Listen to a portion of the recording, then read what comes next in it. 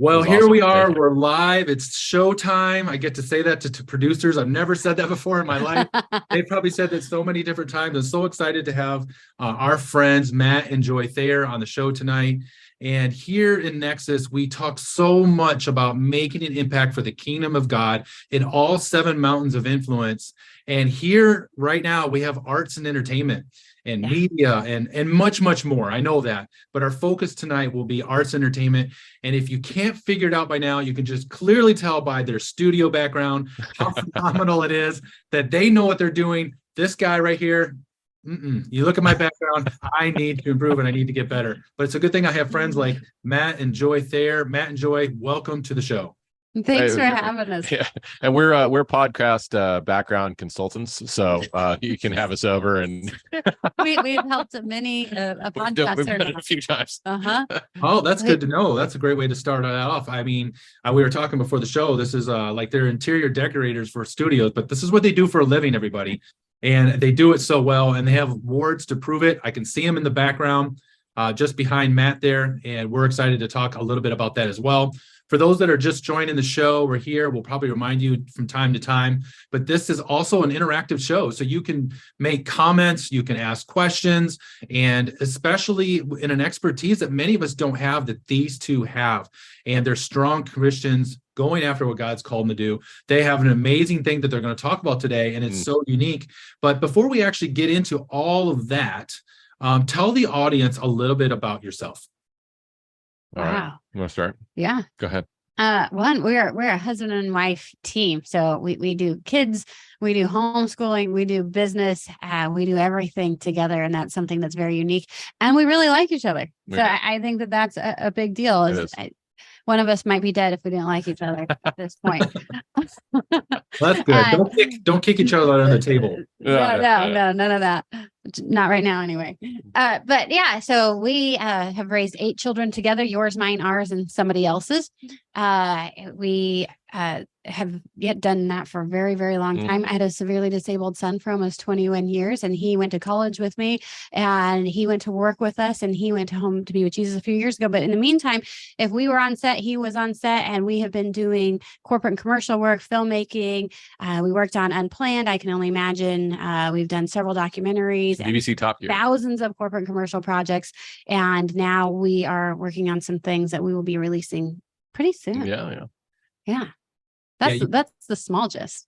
You two might be one of the busiest people moving and shaking, something always going on type of people. You'd be super bored if you didn't have anything to do. That's for sure. I kind of, my dad is that way. Like he works like 14 hours a day just because he likes it, and he's a upholsterer. And so like I have to kind of take it easy on my crew sometimes. I have a kind of a work ethic that doesn't always translate to other people. I have to be like, oh yeah, that's right, you're a 10-hour person or an 8-hour person. It's like, because we were working on this project and getting it out there, and we were up at 6:45 yesterday morning, and kind of shut off the lights about midnight last night, got up, did it all again. And so we've just been rolling. But that's, what you do when you're doing filmmaking. It's like you're homeschooling and everything else, and running your own business. As you know, as an entrepreneur, nobody else is going to get up there and do it for you. You got to get out there and do it. Wow, that's amazing. So let's get into the meat and potatoes, because this is like a really important film that you guys have created. You both directed and produced the Trump I Know. And some people have seen it, some people haven't, and you are saying, hey, this needs to be seen again, and we're going to do this a little bit differently for a variety of reasons. I'm sure you were forced to do it differently, but I think what you're learning from it by doing it differently is also going to be something that you can use in the future, especially as we move forward in this society of censoring. And we'll get to that in a minute. So tell us a little bit about this film, because it's huge, and why did you make it? Yeah. Well, so the film, I did it actually. Part of it was because I felt like God called us to do it. When you work as hard as we've been working to get into an industry that's as hard to get into as filmmaking, at least up on the top of the upper, echelon, where you're working on stuff that people are talking about and heard of. You run a risk doing a documentary about Something political. one of the more controversial figures of our time. And so, but I just felt like God said, why are you worrying about currying favor with an industry that's really dying? And so like 3 years ago, God kind of showed me, that, really actually what we're seeing a lot right now, how, Hollywood's really struggling. And so he said, I kind of felt like I was in not really like a vision, but it was definitely like one of those kind of imaginative, like pictures. God kind of takes you up. He took me up above our house. We were in Redding, California at the time. And he kind of waved his hand over to Middle America. And he's like, that's your audience, go and you need to go and meet them. And so I was like, all right. So I told Joy, I said, I really feel like we have to draw a line in the sand. What's right is right. And we need to get out there and do this. And so the impetus of the story actually came out of Joe Knopp, who is his story is actually featured in the documentary. It just became this beautiful through line through the documentary that we kind of discovered in the edit. But he met Laura Trump because of some censorship around the movie Unplanned, which Joy was a co-producer on. I worked on the behind the scenes. My shoulder made an appearance in the movie. And so but what happened with Unplanned, and a lot of people don't realize this because it's become so commonplace to now to hear people's accounts being vaporized or gone or censored or whatever, but Unplanned's Twitter account was taken down the day of the film's release. Hundreds of thousands of followers. So by a glitch on Twitter is what they said. And so this was such a phenomenon at the time. This was, very unheard of, but, people were going like, we think this was planned. And so the filmmakers were called up to Capitol Hill. They testified in front of Congress, met some of the other power brokers in DC. And so Joe, through a series of introductions, met Laura Trump and ended up being invited to Trump Tower.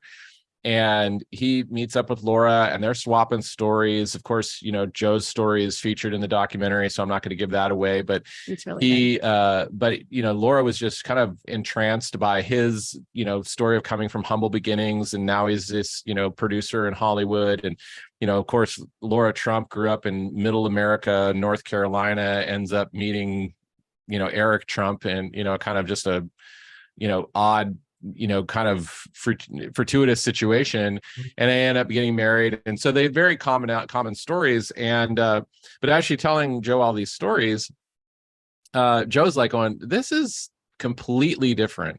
This is completely different than all the narrative that the media has been pushing out there. And why is it that we don't know some of these stories? Some of these stories are so wonderful and endearing and fabulous, and America needs to know this. Why do we know more about the royal family than we do about America's first family? And so he approached Laura and said, what if we did a documentary? And she's like, that would be awesome. So Joe, having worked with us on Unplanned, and Joe's not a director, he's definitely, kind of EP. He's an EP, he's an executive producer, kind of a connector, find the money kind of guy. And so he approached me and said, would you be willing to, direct the project and would Joy produce it? And I said, I'll have to check with my wife, but yes. And so we got on a plane, and Laura was our first interview. We interviewed her. It was middle of June. And then really that was it. We didn't really have any other places to go. And she opened up all of these doors, and it's a kind of a whole God journey. We prayed through the whole process. Our whole team was Christians. We took communion every night. We were praying in the Spirit, just like, lead us, Lord, to where we're supposed to go. And it was kind of like a wildlife documentary. Like, we just didn't know, you're out there, you got cameras, you're filming the penguins or you're filming the lions, and you're hoping there's a story going to be there somewhere. And then, it all just kind of coalesced there in the edit room. And we had some really amazing things happen. We actually interviewed the president of the United States. I think we were the only documentary team to actually be invited into the White House to do an exclusive interview with the president. And we made it across the finish line, and we thought we were going to get it out for the 2020 election. And of course, Red October, that was when censorship went full on. people just got, started getting deleted, and our accounts were deleted. We couldn't give money to Facebook to advertise. They wouldn't take our money. We couldn't sell our sweatshirts, our t-shirts, anything. Like, so it was just really, really hard to let people know about this documentary. And then our streaming platforms slow rolled us through the process. So like it wasn't until after the election, in the middle of all of the other stuff that happened after that, that the film actually even got out. And then at that point, it was just people, were on to something else. And so it was kind of unfortunate just the way that everything rolled out. And we feel like it was done on purpose. And so that's why we're taking the approach that we're taking right now, which is to go direct to consumer with this gigantic virtual event, which is at ttikfilm.com. Yeah. And I think what was interesting for me is neither Matt nor myself voted for President Trump in 2016. And we didn't vote for Hillary either. We voted third party, but we had both believed the mainstream media's lies and everything. And so once we found out that President Trump has been saying the same thing for 3 or 4 decades, and that he has been, been pro-America, pro-woman, pro-minorities, pro-people of color, all that kind of stuff. And the policies that he was putting in place represented all of that. We were like, wait a second, we were believing all the propaganda and all the lies. So when we got invited to do the project, I wasn't jumping on the same way Matt did. I said, if we go out there and I produce something and I find out that these are horrible human beings and that they are leading the American people astray, I'm out. I will not do something that I don't believe in, and I'm not going to tell any kind of lies. I believe in the truth. And so we went out there, and the more we found out about them and the policies that they are, like I said, that they're putting in place, who they are as a family, the businesses, all that kind of stuff, the more we were like, people need to know the truth. They deserve to know the truth. So I was talking to Laura Trump the other day, and I was saying, how are you? How is the family, going through all of these indictments and all that kind of stuff. And she said, we're doing pretty good, all things considering. She said, because the truth always comes out and we have nothing to hide. Our concern is that the Trump family, they're trying President Trump in the court of public opinion right now, and they're trying to get that through this election cycle. And what will happen is the truth will ultimately come out. They're going to dismiss all the charges, all that kind of stuff. But the American people will have been dragged through all of that, and it will be too late. And that is something all Americans need to know and be very concerned about for themselves. So that's when we said, we need to redo this film. We need to relaunch it. We need to do all that kind of stuff, because people can make up their own mind. They don't even have to like the movie. I think that they will, not just because I'm biased, but because I think that we did a really quality job. We got, we had the high-end cameras. We come from an entertainment background. And so we brought all of our storytelling capabilities with us. But I think that they also have the opportunity to see the truth, hear firsthand experiences from the women in the business, the family, and the campaign. And then we do have Eric and Don Jr. in there, Brad Parscale, Matt Schlapp, and then, like Matt said, the president himself. About 31 women we interviewed. And so we definitely got their perspective on what it was like to work with a man that everybody claims is a misogynist. Yeah. Man, there was so much information in there that you guys just gave me. I could go in so many different directions. But let's start with the president, because that's probably what people want to know is, okay, you're sitting in a room, someone's holding the camera, someone's interviewing the president. Tell us a little bit what that's like. Tell us what it was like on the inside first, like what it felt like to you. And then talk a little bit more about your whole experience of what you took away from him. Maybe something that we wouldn't know. Yeah. No. Well, so Joy holds it over my head all the time that she was actually not in the White House. She didn't. I produced the whole thing, and they could only let 6 people from our team in. I got the short stick. Yeah, unfortunately. So it was kind of an incredible journey. We were actually had come back from DC. We were at home in Redding, California. And if you know Redding, California, it's about 3.5 hours from nowhere. I mean, it's like in any direction. And so Sacramento's the closest real international airport. And so San Francisco. Yeah. And so we were there, and we got a call Monday morning, and Laura said, hey, can you be in DC ready to go Wednesday morning? Because the president can be interviewed. And we're like, yeah, absolutely. So we, Avengers assemble. I was so proud of my team. Like in 48 hours, we were set up. I mean, literally 48 hours. She called us like 11 o'clock in the morning on a Monday and 11 o'clock in the morning on a Wednesday, we were set up ready to go in DC in the White House. I mean, it was just phenomenal. Lights, camera equipment, everything. It was just nuts. The whole thing. And if you've ever been to the White House, especially, like with COVID and everything else, I mean, it was just bonkers.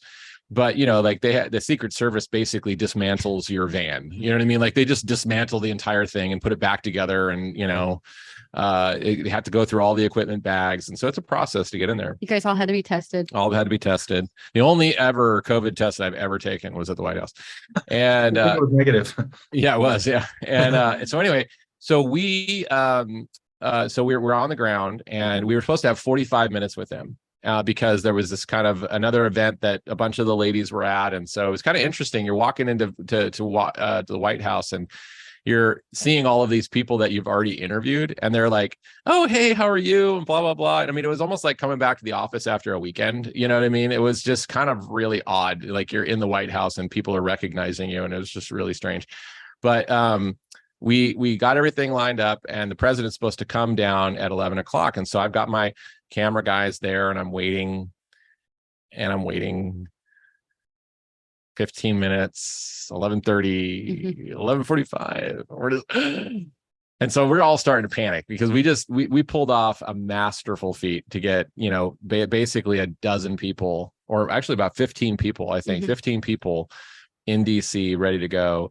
And he's not there. And we're like, oh no. Well, anyway, so he all of a sudden, like Secret Service starts moving around and they're all like, moguls on the move. And like, boom, like all of a sudden he's like right there in front of me.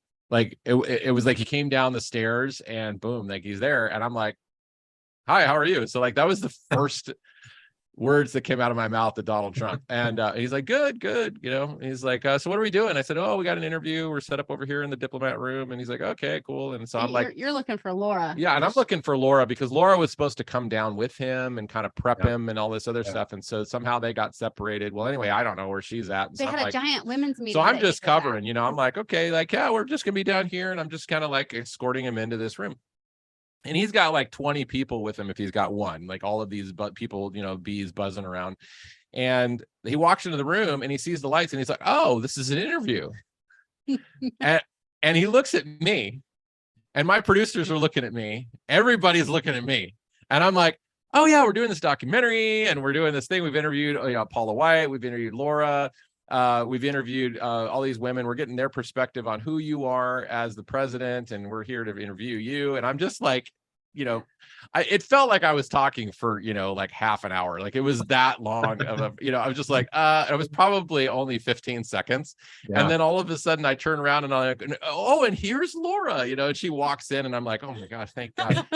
and so, cause it's like, I'm sitting here and I'm thinking in my mind, afterwards, my crew was like, wow, you held it together so well. Like you just talked to him. It was just like, you were just so normal with him. And I'm like, well, good. Because inside I was panicking because I'm like, the most powerful man on the planet Earth is standing there looking at you going, why in the hell am I talking to you? Basically, you know what I mean? Like you're going, and I'm thinking, oh my gosh, this could go really, really bad, like really bad. Where's Joy?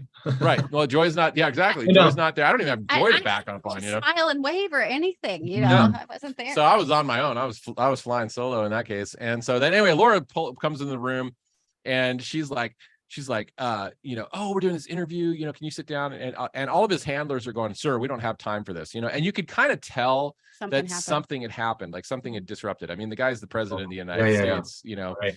You could tell there was something going on. And anyway, so she, kind of coaxes him a little bit and says, hey, can we just, you got 15 minutes. And the other people are like, sir, we don't have time. And he looks at her and goes, oh, that's fine. Well, let's do it. And so he bends down, he ties his shoe, he grabs a napkin, dabs his forehead, sits down, says, hey, where's my camera?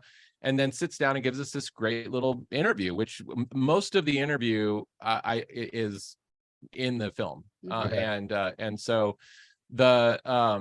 but it was really kind of an extraordinary moment. And I don't think I'll ever forget it because like he sat down, he gives this interview and then all of a sudden, like he basically says, hey, I've got to go deal with China. And then he's just out the door with all of his handlers. And, I mean, it was kind of like cartoons, where it was just like, it happened that fast, where it was like the papers are kind of like, dropping, and we're all like kind of checking ourselves, like almost like we were in a car wreck. Are you okay? Like, is everybody all right? Like, and we were just like, honestly, I thought it was a train wreck. I really did. But in the moment, I'm at the hotel. hold on a second. Yeah. But in the moment, what I experienced was really unique because, like I said, this could have gone really, really badly. Here's the most powerful man on the planet. He's standing in front of you. Nobody's told him why he's there. And yet he stops and he says, you know what, I'm going to give you 15 minutes. And he totally shifted, right? Wow. He totally shifted. He was present. He understood, totally present.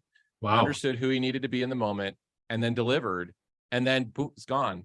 And it was like, I was like, wow, if true humility is actually power under control, if that's actually meekness, is power under control and knowing who you need to be in the moment, and you're not any more or any less, then that guy might be, I probably witnessed probably the most extreme example of meekness that I probably have ever experienced in my life and might ever will.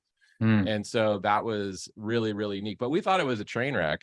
I didn't. I thought it was a train wreck. I didn't. Well, Joy wasn't there. I wasn't there, but And I think that was one of the reasons why she wasn't there, because she was actually supposed to come in and like soothe and help us lick our wounds, because thought we were going to have 45 minutes. So we were going to ask them all this stuff and blah, blah, blah. And, it's like, we had nothing some happened. planned questions. Nothing happened the way got asked. Nothing happened the way that we wanted it to. And the only person we had any planned questions for, because we didn't know who we were going to interview the whole entire time, and now we know we're going to interview the president, so we want to ask some stuff to the president, and then because of all the chaos, none of that, it just all got thrown out the window. So, but the most interesting thing is that I didn't even actually look at that interview for weeks, because I was just so disenchanted by the whole entire experience. And I just thought like everything about it was crap. Like, we're just not gonna be able to use it. It's like, here we are, we interviewed the president of the United States, and I don't think we're gonna be able to use it. Well, so wait, I have to tell what happened though when you got done with the okay, president. yeah, sorry, go ahead. So I get this phone call, and I'm waiting because it's supposed to be 45 minutes. They're in, they're out, they're done. That's what the whole plan is. And so I'm waiting and waiting, and I don't hear from them. Matt's not answering his phone. I don't know what's going on. So finally I get this phone call, and I'm just all cheerful, like, yes, how'd it go? And Matt's like, oh, it was awful. It was awful. I don't think we can use it. I need you to meet me at Trump Hotel. I need you to come there right now. We're going to be over there. And I'm like, what's going on? I can't talk to you, and I'll see you in a minute. So I leave where I'm at, go over to Trump Hotel, and he's just like, this is what happened. He didn't show up. There was some kind of emergency. Pompeo was there, all this stuff. We didn't get to ask any of the questions we wanted to. I don't even know if it's going to work. And he's just so frustrated. And I'm like, I think that God knew what he was doing. I think that this is going to be great. You don't understand. You weren't there. And I'm like, okay, I think this is going to work. So yeah, Matt wouldn't even look at the footage at all. And so now we're coming down to the wire. And we thought we were gonna get Melania and Ivanka, and we tried several times. 8 times. Both of them were very supportive of the project. People have asked, like, where was Ivanka? Where's the Melania in the project? And we're like, we really tried, and it was just because, one, scheduling. There was this whole thing called the election, and there was a tropical storm. There was all this stuff that happened. And then Melania, she just politely bowed out, just because she doesn't do a lot of media interviews, and media hasn't been kind to her. And she's just real shy when it comes to that stuff. And so, we just respectful, but she was supportive. She was totally supportive of the project.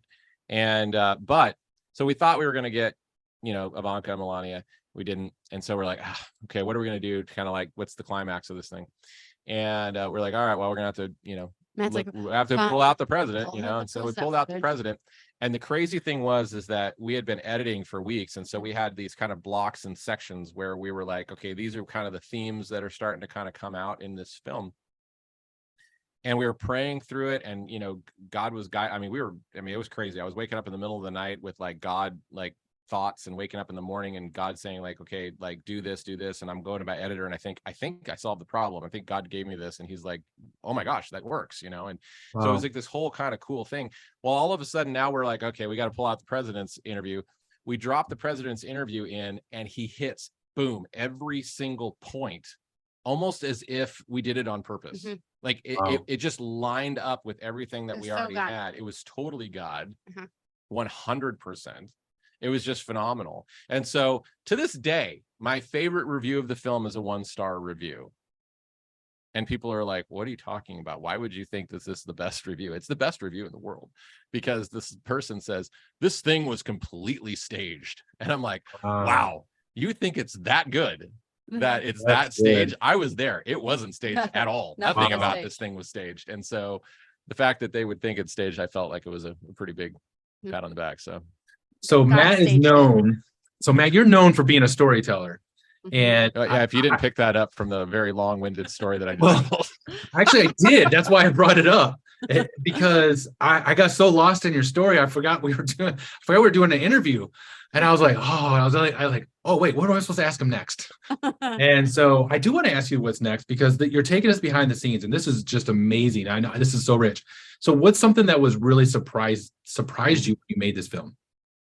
I think there was a ton of things, and that's been a common question. But we got to interview Gail Wilson of Black Voices for Trump.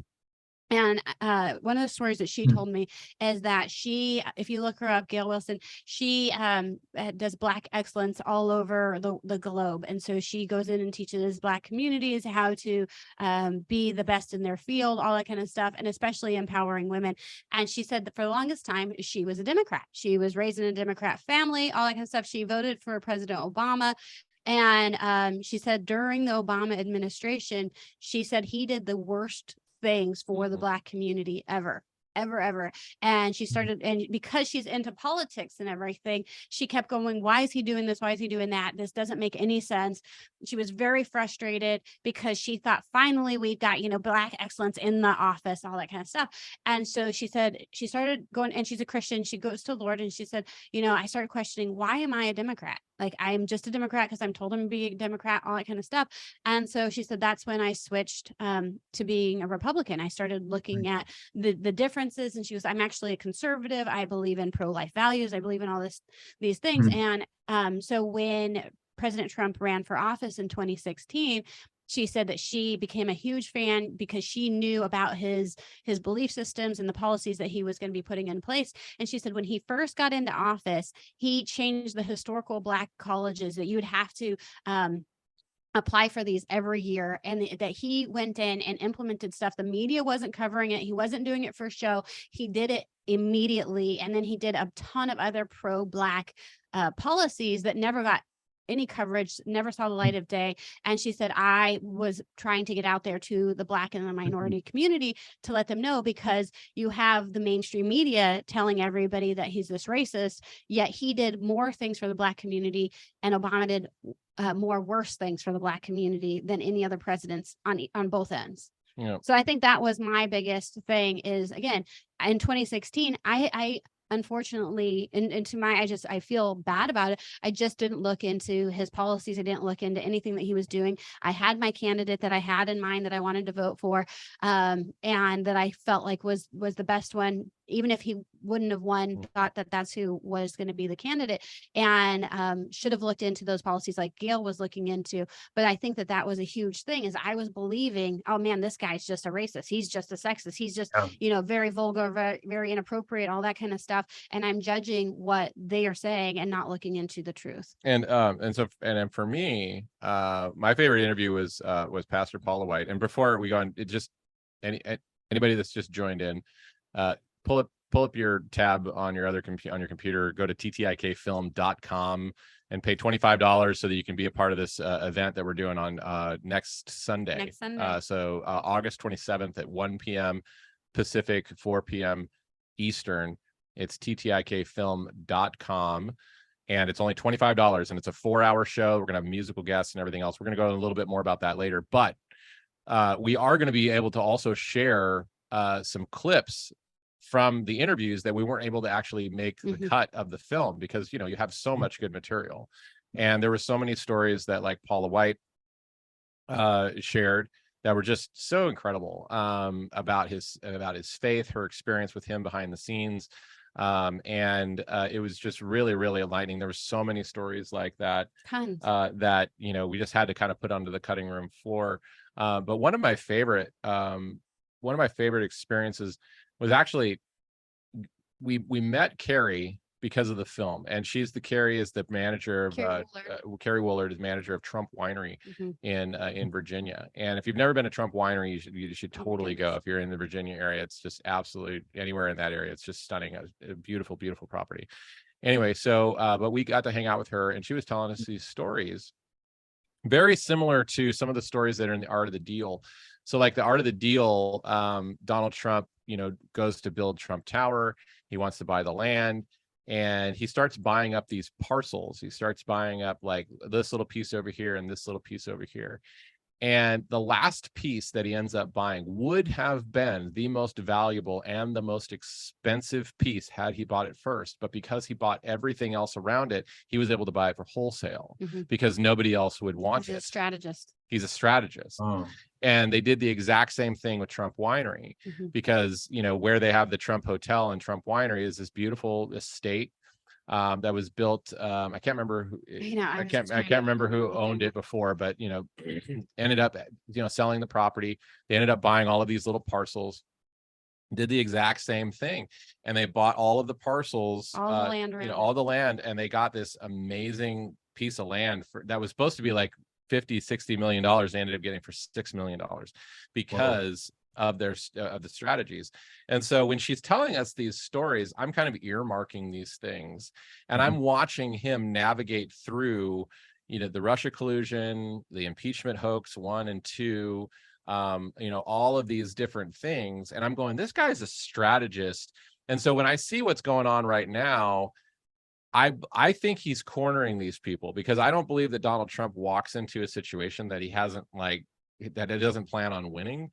And it's because, one, he loves his grandkids. He loves his grandkids, and he loves America, but he loves his grandkids, and he wants to leave his grandkids an excellent country. Yeah.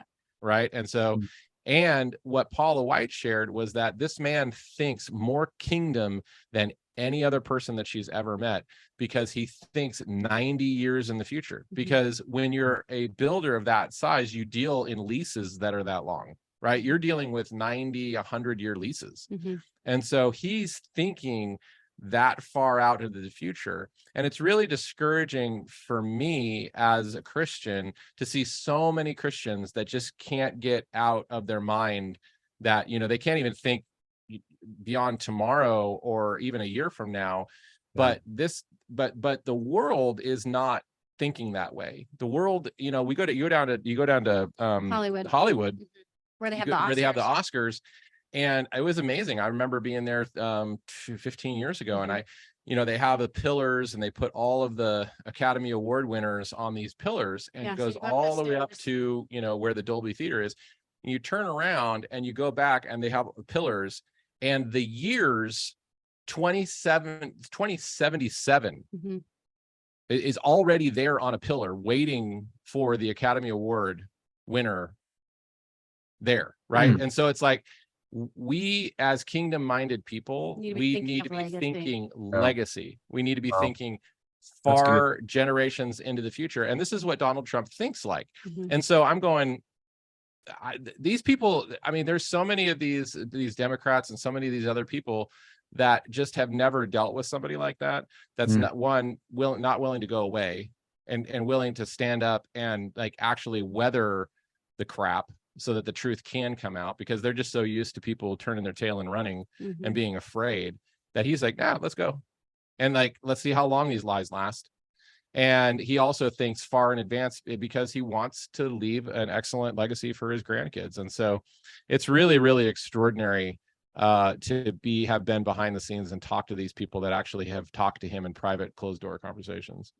That's really, really awesome, Matt. I love how you describe that and how you relate it to us as believers. And something I didn't really think about, how he thinks. The beyond the years, years and years down the road.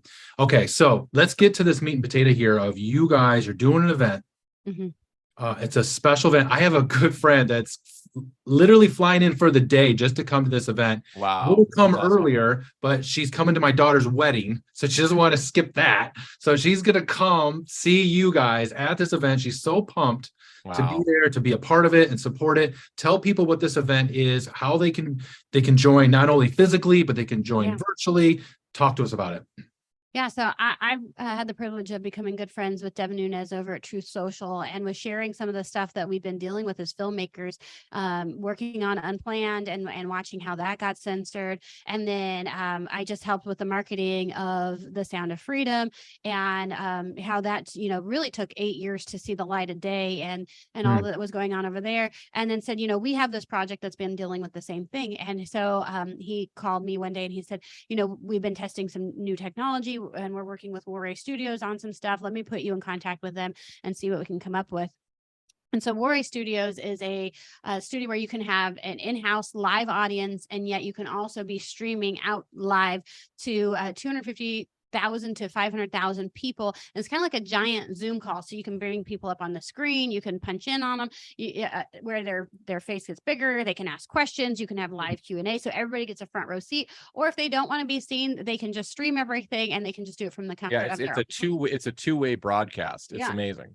And so got in touch with them, and they said, we want to do this. We want to help filmmakers like yourself to get their content out there, and they can house the stuff right on their site. So you would just log into ttikfilm.com, which stands for the Trump I Know Film. It's not a form of TikTok, the Trump I Know Film.com. So ttikfilm.com. You can get your tickets. You can join us live, like my friend Elizabeth is going to do, and she's going to come and hang out with me and go to the event. Or you can be like the Hollies, because their daughter's getting married, and they're going to watch live from the comfort of their own home. And you can throw a party. You can have a bunch of people over. Matt says, we don't have a Super Bowl, or we don't have any football going on, and it's after church. So you can watch it right there from the comfort of your home, and you can interact with us. You can ask some questions. We've got Laura Trump is going to be there live in person. Devin Nunes is going to share the story of Truth Social and how it came about. And we've got some other special guests that, will be named later. And we've got some fun and exciting things planned. We got some musical, we have Lauren Kelly coming to do Liberty and sing right there, and have her whole performance going on. And so we have this whole event opportunity. But moving forward, as Christians, as conservatives that are getting their projects stifled, fortunately for Sound of Freedom, they were able to go over to Angel Studios. But Angel has its niche market, right? They're not doing political stuff. They're doing stuff that is aimed at Jesus specific, target, which is great. And so that doesn't help us get our stuff out there. And so this would be a really great opportunity for other people that have cause-based projects or very highly entertaining projects. I was talking about a project that's going to be coming out next month on a Fathom event. They had distribution. They no longer have distribution because they are Christians and conservatives, and all of the distribution channels have just shut them down. Not even a political topic. And so this is going to be a really great model moving forward, and a great opportunity for people to actually have an experience rather than just going and watching a film. Yeah. So, people can go to ttikfilm.com, $25. It's like, a lot of times people were saying, $25. Well, $25 is what you pay for, like, if a movie is still in the theater, now, and you pay $25 so you can watch it at home. It's $25. It's nothing. And like Joy was saying, you can have like a little Trump rally in your house, but invite people over.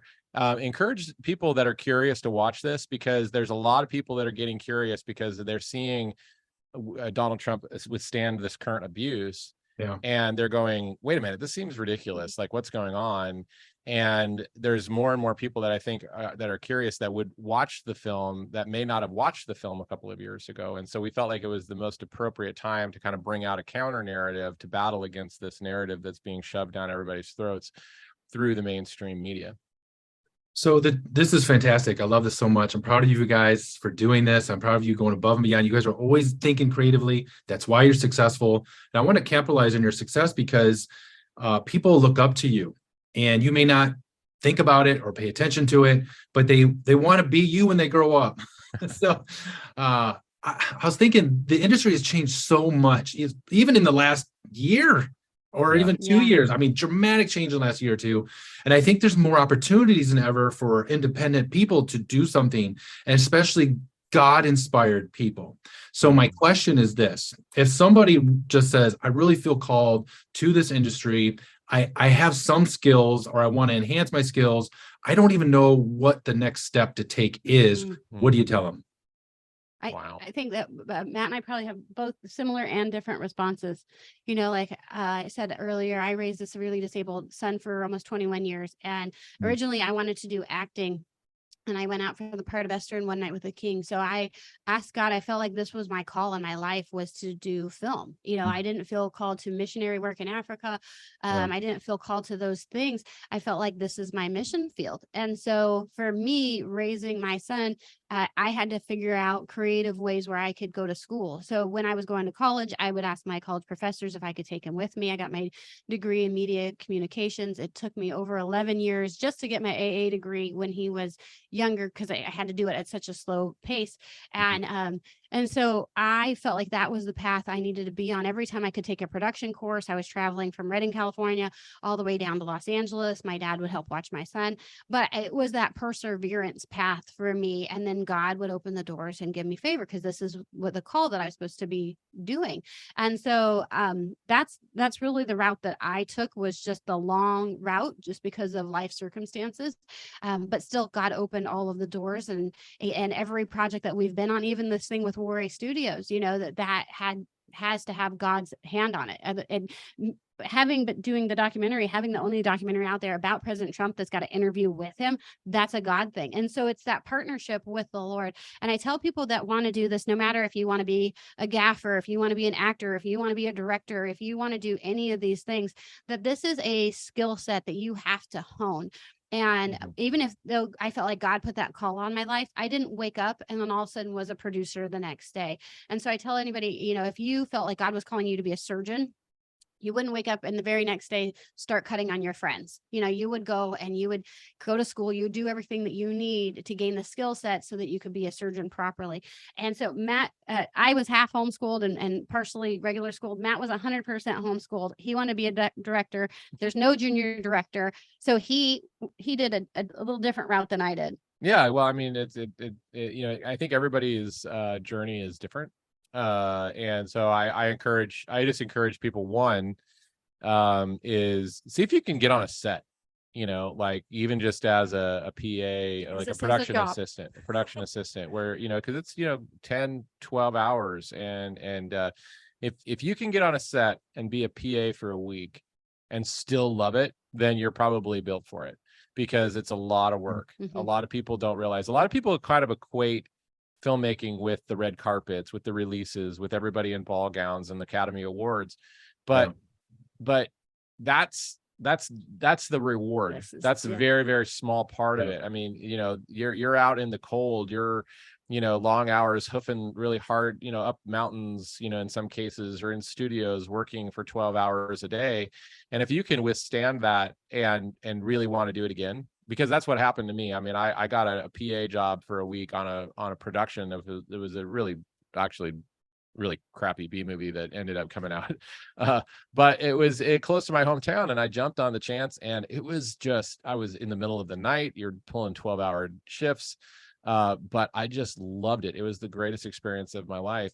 And so I knew I was built for this. And so then if you know that, then just start doing it. You know, there's just really no excuse anymore, because, you know, we all have computers that can edit this stuff. We've all got cameras that we can grab, even if you're just grabbing your iPhone and, you know, you're going out and filming, you know, like your kids or, you know, your brothers and sisters, or, you know, your friends. You know, I have friends who went out and made dystopian, you know, short films on the weekends, and we took our kids out to the park and, you know, made short films. Our first award was on our first film that we did, and it was with our kids, their friends, our friend's pony, and my nephew's motorcycle. It's got over 8 million views on YouTube, and that was our first project, and then we won awards for that. And but I think, but you just you get what you can get together, and you start learning how to tell a story visually. And so, you know, but you read a lot of books. Well, I read a lot of books. On editing, directing. You studied. You would take any course that you could get. So there was Right, directing but that's courses. my journey. Yeah. My that's my journey. Yeah. And some people say, oh, should I go to college or should I go to film school? I'm like, I don't know. Should you? I mean, because are you the type of person that needs to sit in a classroom and be given assignments, and listen to somebody teach you how to do something and put you in teams so that you go out and make stuff? Or are you somebody that can get on to Amazon and order yourself some books and pull up some YouTube stuff and watch and research yourself? It really kind of depends on how you're wired. So, everybody's journey is different. And in my case, God taught me how to direct by illustrating children's books. Danny and Sherry sold children's books. I illustrated some children's books and learned how to storyboard and tell stories visually. And, so it's just, but it's really, you got to have a passion and a drive to do it. You got to be wired for it, and you just got to get out there and just start doing it. And then don't be afraid to let people see your work and critique your work. That's everything I was gonna say. Because a lot of people just there's a lot of amazing artists. There's probably some of the greatest artists that we have that have ever graced the earth will probably never be known by most people because they're afraid to come out of the attic, because they're afraid to be vulnerable with their art. And that's sad. And those of us that are willing to actually get out there and be vulnerable with our art, we may not be the greatest, but it's just we're willing to get out there, put it out in front of people, be judged, be critiqued, and then take that, learn, and grow.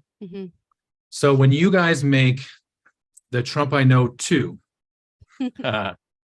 this is the Trump I know. Yeah.